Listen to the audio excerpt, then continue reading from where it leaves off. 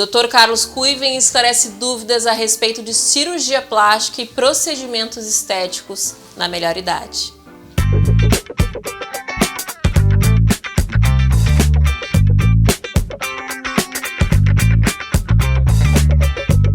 Seja para fins reparadores ou estéticos, o fato é que a terceira idade é cada vez mais adepta a procedimentos estéticos e cirurgias plásticas. Para conversar com a gente sobre esse assunto, é com grande prazer que eu recebo mais uma vez aqui no Sinta-se Bem, eu aqui na minha casa ainda, Dr. Kuiven na residência dele, para falar a respeito desse assunto e saber quais são esses procedimentos e essas cirurgias plásticas mais realizadas nessa fase da vida. Seja bem-vindo, Dr. Kuiven. Muito obrigado. Eu já com um pouco de saudade de vocês aí, de a gente poder fazer o programa. E a gente se espera que a população toda use máscara, saia o menos possível, né, Dr. Kuiven, para que a gente saia dessa pandemia de uma vez por todas. Hoje é dia dos avós e por essa razão que a gente justamente escolheu falar sobre procedimentos estéticos e cirurgias plásticas realizadas nessa fase da vida. Quais são esses procedimentos, Dr. Kuiven, mais realizados por eles? Na terceira idade, se faz todos os tipos de cirurgia plástica, mas tem alguns que são mais frequentes mesmo, tá?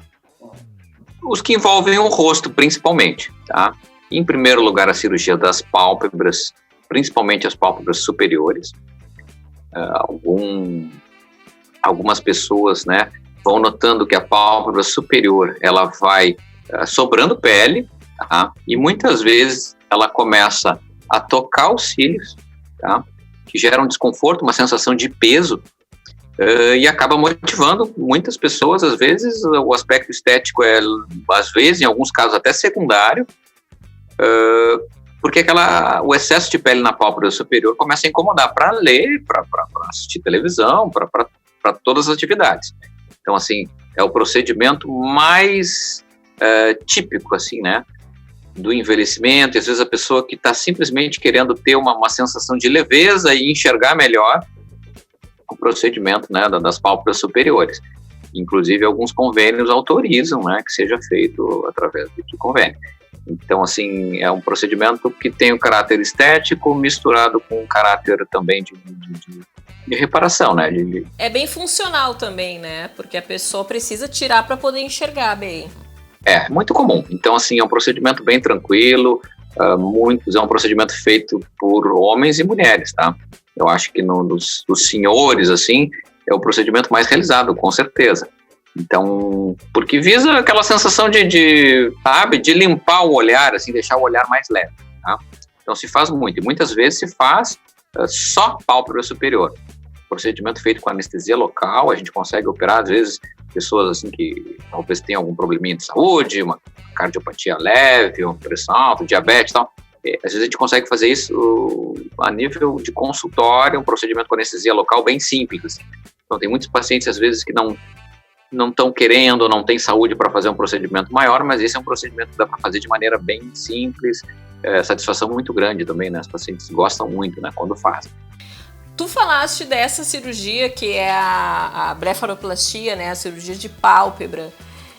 E eu te pergunto, Dr. Kuiven, antes da gente continuar falando dos tipos mais comuns de cirurgias plásticas e procedimentos estéticos nessa fase da vida, quais são os locais do nosso corpo que mostram esse envelhecimento com mais rapidez, digamos assim? Não é por acaso que as partes do corpo mais expostas ao sol são as que mais envelhecem, tá? Então a gente vê assim, ó, décadas de convívio, de exposição ao sol, a pessoa viveu, se expôs ao sol. Então, assim, as mãos, o rosto e o pescoço são as regiões que mais mostram os sinais de envelhecimento. E é bem compreensível. As regiões, é fácil de ver, assim, numa senhora, a qualidade da pele do rosto comparada com a qualidade de pele, por exemplo, dentro da parte de cima do biquíni, de um sutiã, aquela pele ali é muito mais bem conservada do que o rosto, pescoço e mãos, tá?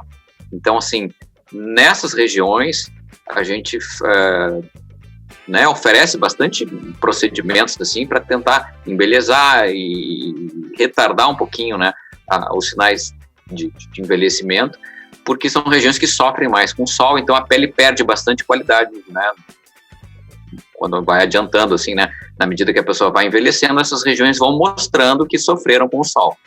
Preenchimentos são muito utilizados também nessa fase da vida para ganhar um pouco mais de consistência na face, enfim, nas mãos. Porque geralmente quando a pessoa envelhece, a mão parece que fica mais magrinha, né? O rosto também.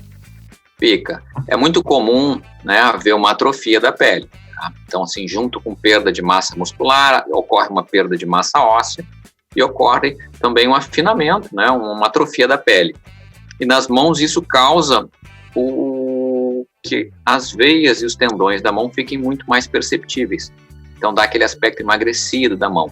E isso a gente consegue melhorar muito com o preenchimento, né? O que mais se utiliza é o Radiesse, um produto que se utiliza mais para a mão. Poderia ser o Sculptra também, mas o Radiesse para a mão é melhor. A gente faz um pequeno preenchimento, né, no dorso da mão e a mão fica mais tapadinha. As senhoras gostam muito desse efeito. Diminui a exposição das veias, dos tendões, assim, realmente rejuvenesce. Junto com esse preenchimento, a gente faz muitas vezes laser para tirar manchas, tá? Aquelas manchinhas senis que a gente chama, e né, o resultado final muito agradável, uma mão mais jovem, e um procedimento bem simples, também feito em consultório, assim, é uma coisa bem satisfatória e os pacientes gostam muito.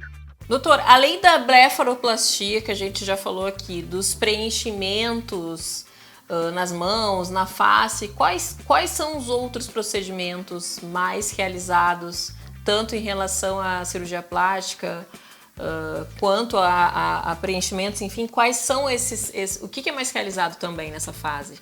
Como um queixa, vai depender um pouquinho, a gente normalmente divide a avaliação do rosto e do pescoço na qualidade da pele, então a gente avalia a pele, textura da pele, presenças de rugas, manchas, realmente se aquela pele está muito atrofiada ou não, a gente faz um trabalho com laser, com derma roller, com vários tipos de tratamentos da superfície cutânea, tá? Para aumentar a qualidade e a textura da pele. Tá?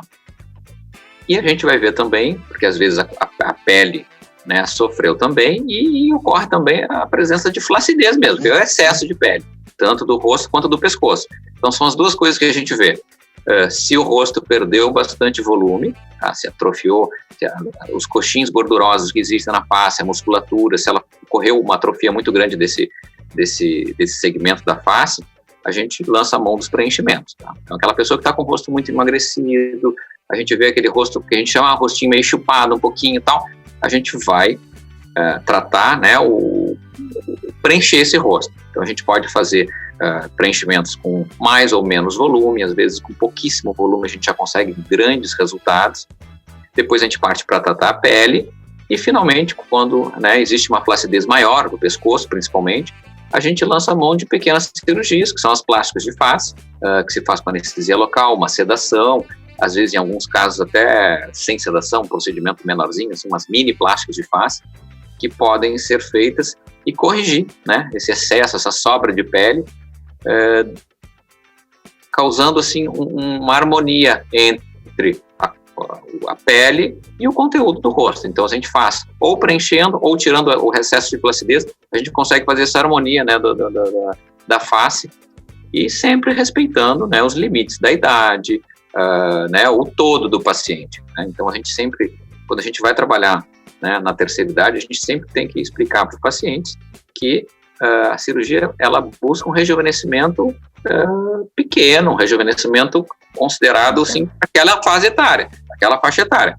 Então não adianta assim só um segmento ficar muito esticado, muito lisinho, e se o todo não está naquele momento. Então assim a gente tem que saber dosar a coisa para ficar uma coisa mais natural. Os pacientes também, a imensa maioria entende bem isso e pede, solicita, doutor, eu quero ficar bem, eu quero mostrar a minha idade, mas eu quero mostrar aquela minha idade bem. Então, normalmente é isso que a gente tenta passar para os pacientes e, através dos tratamentos, conseguir isso. Doutor, em relação a um paciente mais jovem, quais são os cuidados que esse paciente precisa ter com o pré-operatório e o pós-operatório? Normalmente, os cuidados vão envolver os cuidados com a pele, tá? Então, é o que a gente mais tem que cuidar. Preparar a pele, em alguns casos, a gente tem que preparar a pele, tá? Aquela pele muito ressecada, uma pele que está muito judiada, às vezes a gente tem que fazer um peeling pré-operatório, tá? Um preparo de pele. Às vezes essa pele está muito exposta ao sol, a gente tem que fazer um tratamento para clarear um pouquinho ela, tá? Para evitar que no pós-operatório ocorram manchas, né, que pigmente, que escureça as cicatrizes, se for feito algum procedimento que vá poder, né, manchar. Então, assim, basicamente a gente faz um preparo da pele, tanto da mão quanto do rosto e do pescoço. Essa é a parte mais importante, assim, do pré-procedimento, quando a gente fala nessas regiões mais expostas ao sol.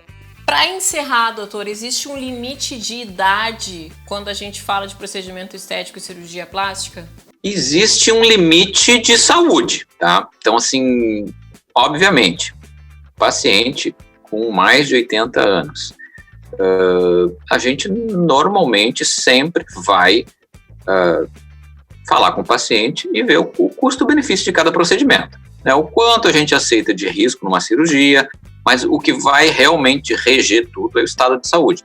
Então, assim, já fiz cirurgias em pacientes com 80 anos que queriam fazer um procedimento pequeno, estavam bem saudáveis, o anestesista avaliou, o cardiologista avaliou e a gente fez tranquilo, tá?